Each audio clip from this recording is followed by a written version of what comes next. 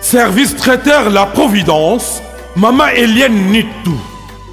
Toujours prête à vous servir. Des professionnels confirmés à votre portée, à votre service. La préparation de votre cérémonie de mariage, baptême, anniversaire et tout autre événement. Un service culinaire, la cuisine africaine et universelle, Loboko ya Maman, avec des mets variés, buffet à la demande, décoration des salles et divers autres services par des pros.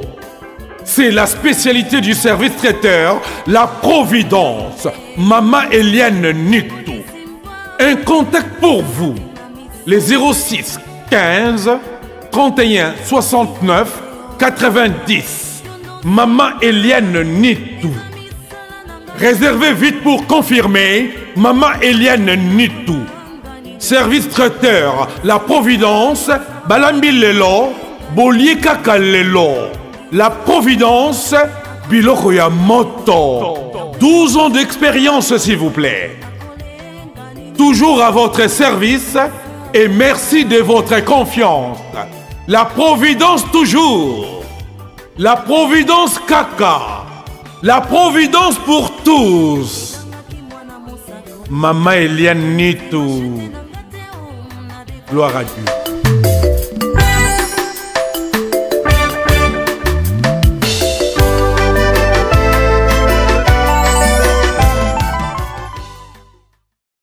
Allô, bonjour, bonjour. Mbote mingi na biso ba bolinga ka Maman Eliane Nitou na pesino ba mbote ba ebwe abarizenu mavimpi malukai moyo muko wazima ma famille du cœur bonne santé journal de lobola muki ndenge nini wabino Maman ça va, tout va bien par la grâce de Dieu. Nzambe tata la musibiso na makasi. Nzambe amawa asiko la musibiso na makasi. Alors lelo na ko partager na bino na tango ya lelo na mwa likambo mo ekwelinga awa na kati ya cuisine.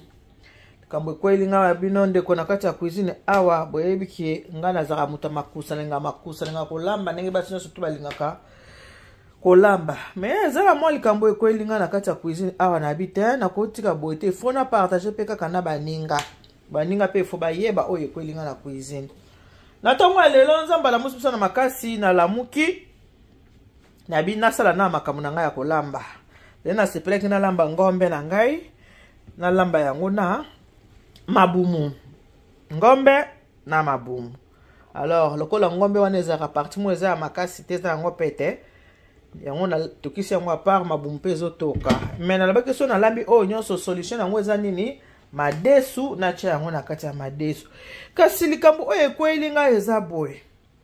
Oyo eza banzungu kande to sombaka banzungu ba mama boyebi banzungu nde to sombaka ngo bino nyonso ba mama bo sombaka banzungu ka lokola pe oyo ngai na sombi oyo banzungu ndenge tekamaka ndenge to sombaka banzungu. Kasi likambo ekwelinga na mukola lelo esenga basala nzambe be expliquer nga oyo likambo nini nani akolukanga na makambo nani akolukanga na ba problème nani azoluka mutu na ngai nani aza mwana ya nani azoluka mutu na ngai abotami na nani papa na ye nani mama na ye pe nani o azolukanga na makambo po eza makambo ka basala ya nzambe fo ba episa ngai na place a bomba ngote na place a kiena ngote nzungu na ngai o bandeko na somba yango depuis l'année dernière et na mois de mai awa et na mois de juillet année passée bandeko na sukoli nzungu na nga malamu na kamati madesu na nga na chena kati ya nzungu malamu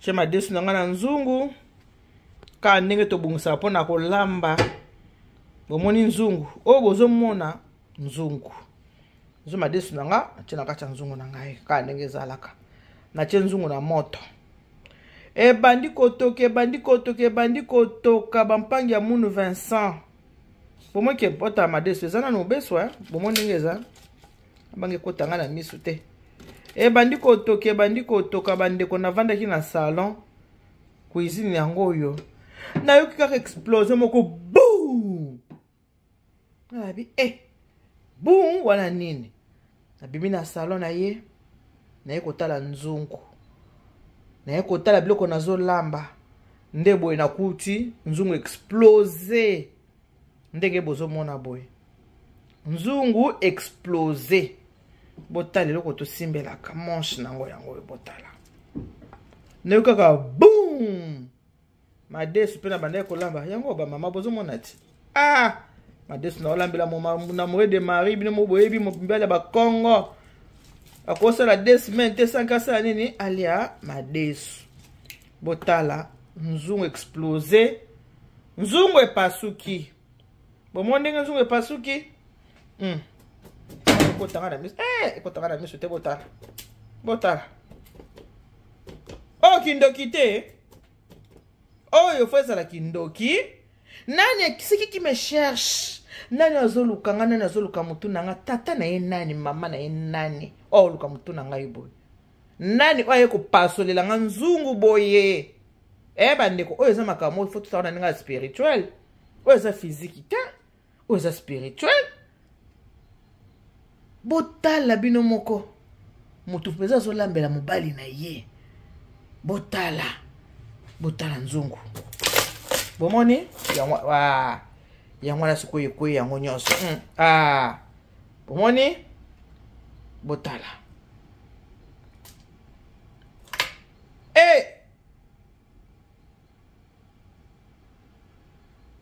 oyo eza spirituel te bandeko boyebisa ngai oyo fo eza spirituel bandeko ata bino moko botala makambo nzungu esali natiki madesu na moto etoka koto nakamati machie mabumu nanga nasala 3 pièces mabumu awa mpe eza kotoka awa mpe ngombe na nga etoki me na comprendre te makambo nzungu esali ngai yango na ye pa na bino na pesa obomba yango te yango na ye koexplike bino bandeko bolinga mama Elia nitu obosepela na mama Elia nitu botala makambo nzungu esali nzungu explose botyanga na bapriere bandeko botyanga na bapriere dazolela bapriere na bino so omoni ozosambela loba nzambe ya mawa nzambe ya bolingo natiki mama Elia nitu na maboko na nzambe sunga mama Elia nitu zala mama Elia nitu notre deuxième mama nzambe batele bandeko toyebaka te oyo bitumbo ezouta wapi na nzungu boye nzungu explose bandeko nzungu explose nzungu epanzani bomoni ti ekweyi na miso na bino moko nzungu explose nzungu epanzani bomoni voilà yango na bika nalakisa bino Wabino mama Elia nitu na partage na bino na bisa bino du quotidien du vécu du quotidien yango yo ekomi nzungu ekomi madesu mélanger na nini na glace madesu ekomi mélanger botala madesu ngaki ezala lengi ça c'est la sorcellerie ça nani oya koluka moto na ngai ça c'est quoi ça bandeko ba bolingo oyo eza nini ata bino moko bon bino boyaka na bacommentaire boyebisa ngai pourquoi makambo ya boye pourquoi nzungu esali nga boye eza makambo nini bandeko na ngai soki là nous s'abonner te na osenga na s'abonner na Elia Nitu TV après avoir ko s'abonner ou activer cloche de notification pour ceux qui émission côté na kata chaîne okoka koyeba on a bisu bino to saraka mabondeli na fini qui vient na ngai na ngana sala 3 pièces na ngai makambo ya ngwana nzungu esali nga bino moko bomoni na oloba mingi te na loba suni na lakisi bino ti bomoni ti oyo komeni nga ndeko na bino na kati ya cuisine nenge explosa ki boso na ki pembeni ba vite on ko tanga ta na miswa ponde bete peza boum so na ki pembeni ko tanga ta na misu Enga bibisanga ta misu te boye. Ah! Naebite hein. Naebite bino boyaka na commentaire. Bopesanga makanisi na bino. Ngala na oyanga makanisi, bino popesanga makanisi na bino. Merci beaucoup. Botika malamu. Likata shedu shiri papi ninda shaiwa he.